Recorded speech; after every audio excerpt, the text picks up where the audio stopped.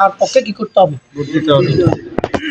আমরা সুশাসন চাই, আমরা মানুষের অধিকার চাই, আমরা জুলাই অভ্যুত্থানে যারা জীবন দিয়েছে তাদের রাষ্ট্রীয় মর্যাদা চাই, তাদেরকে বীর হিসেবে ঘোষণা চাই, যারা আহত পঙ্গু আছে তাদের মানে সুচিকিৎসা চাই।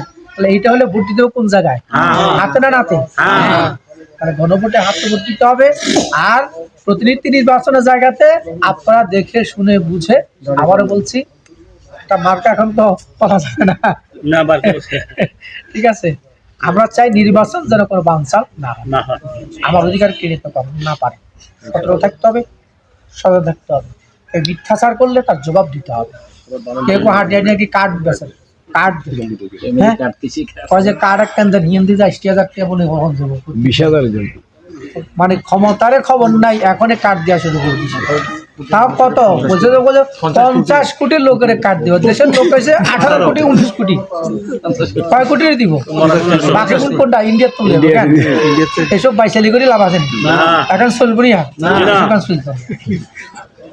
জনগণের জন্য কথা বলেন, জনগণের জন্য কাজ করেন, জনগণ পছন্দ করে